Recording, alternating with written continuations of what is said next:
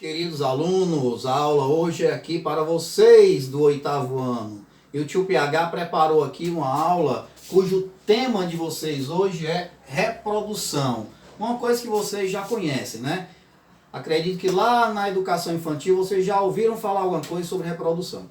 Mas aqui, no caso, eu estou trazendo algo mais aprofundado para vocês, né? Sobre este assunto. E eu separei alguns pontos aqui fundamentais para nós entendermos sobre esse assunto de reprodução. O primeiro ponto aqui é a definição. Como é que nós podemos definir reprodução? A reprodução ela é um mecanismo que acontece em todas as espécies, cujo objetivo final é a perpetuação da espécie, tá?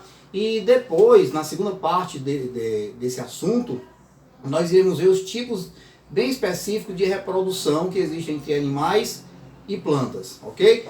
Bom, então, definindo reprodução, só repetindo, é um mecanismo de perpetuação da espécie, nós podemos aqui ir para a importância, né? A importância da reprodução, como aqui eu escrevi, é a perpetuação das espécies, tá?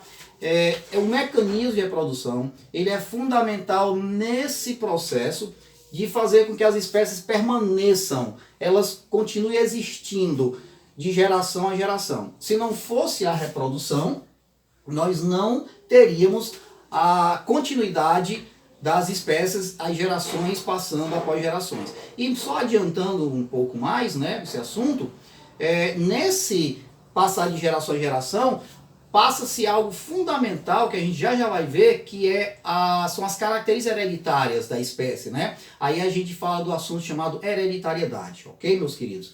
Bom, agora aqui nós passamos para os tipos de reprodução que existem. Normalmente, nós temos dois tipos de reprodução. A reprodução assexuada e a reprodução sexuada.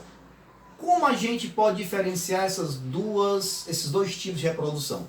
Bom, a reprodução assexuada ela tem como característica principal a participação apenas de um único indivíduo. Somente um indivíduo participa desse tipo de reprodução assexuada. E a segunda característica dela é que aqui não ocorre a participação das células reprodutoras. As células reprodutoras chamadas gametas, que vocês conhecem também, tá? E o segundo tipo de reprodução é a reprodução sexuada. Ela tem duas características. A primeira é que ocorre a participação de dois indivíduos ou dois organismos, tá? Normalmente é o macho e a fêmea, ok? No mundo dos animais. E a segunda característica da reprodução sexuada é que aqui ocorre a participação das células reprodutoras, os gametas, né? Os gametas masculinos, o gameta masculino espermatozoide e o gameta feminino óvulo, ok?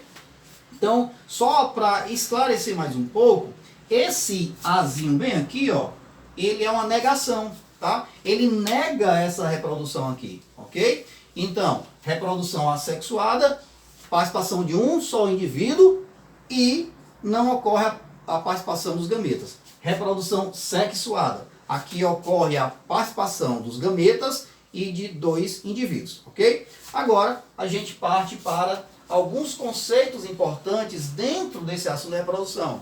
E o primeiro conceito é a adaptação. O que é a adaptação? A adaptação é um mecanismo que acontece entre as espécies, onde elas passam por um processo de sobrevivência no ambiente onde eles vivem, e nessa sobrevivência eles reproduzem, ok? Então, vamos entender aqui uma coisa. Por que você é adaptado ao ambiente terrestre e não ao ambiente aquático? Se nós formos colocados no ambiente aquático, nós não iremos conseguir sobreviver. E se nós não iremos sobreviver, nós não poderemos reproduzir. E nesse caso, nós não estamos adaptados ao ambiente aquático. Já que no ambiente terrestre, nós podemos sobreviver, porque é um local onde nós respiramos o ar, normalmente, né? E conseguimos reproduzir. Então, nesse caso, nós estamos adaptados. Então, uma espécie, ela está adaptada ao ambiente onde ela vive, quando ela consegue sobreviver e reproduzir. E mais uma vez, nessa reprodução, ela passa adiante as características hereditárias que estão lá nos progenitores. Bom, e o outro ponto aqui, dentro desse assunto da reprodução, é a variabilidade, que a gente chama de variabilidade genética. O que é isso?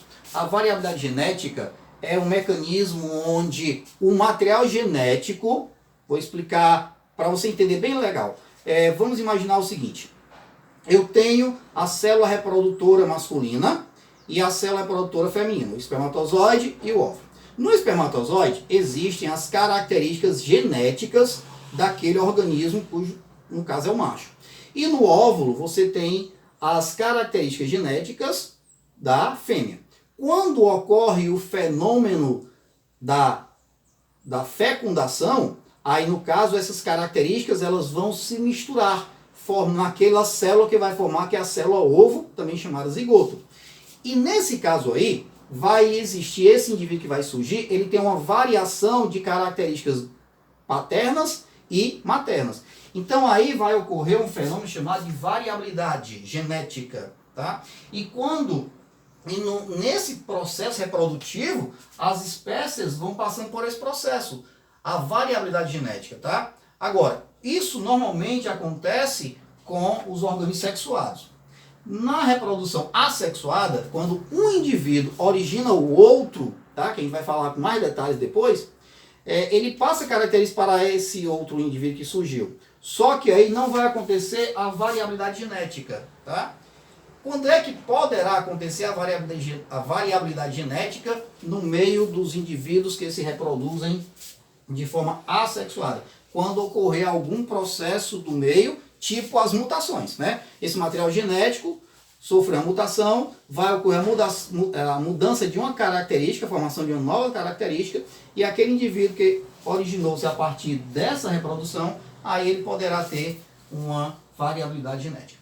E no meio disso tudo, nesses vários organismos que reproduzem e que apresentam variabilidade genética de suas características, você vai ter um processo onde a natureza, segundo a ciência, ela vai ajudando a selecionar aqueles indivíduos chamados adaptados naquele ambiente. Aqueles mais adaptados, segundo a ciência, eles vão sobreviver, reproduzir e vão passar para os seus descendentes, seus filhos no caso, a característica ou as características às quais deram condição de sobrevivência naquele ambiente onde ele vive. Nesse caso aqui nós temos a seleção natural, que é o meio natural selecionando os indivíduos mais adaptados, ok? Bom, meus queridos, eu aqui vou finalizar esse primeiro ponto referente à reprodução, tá? Espero que vocês tenham gostado.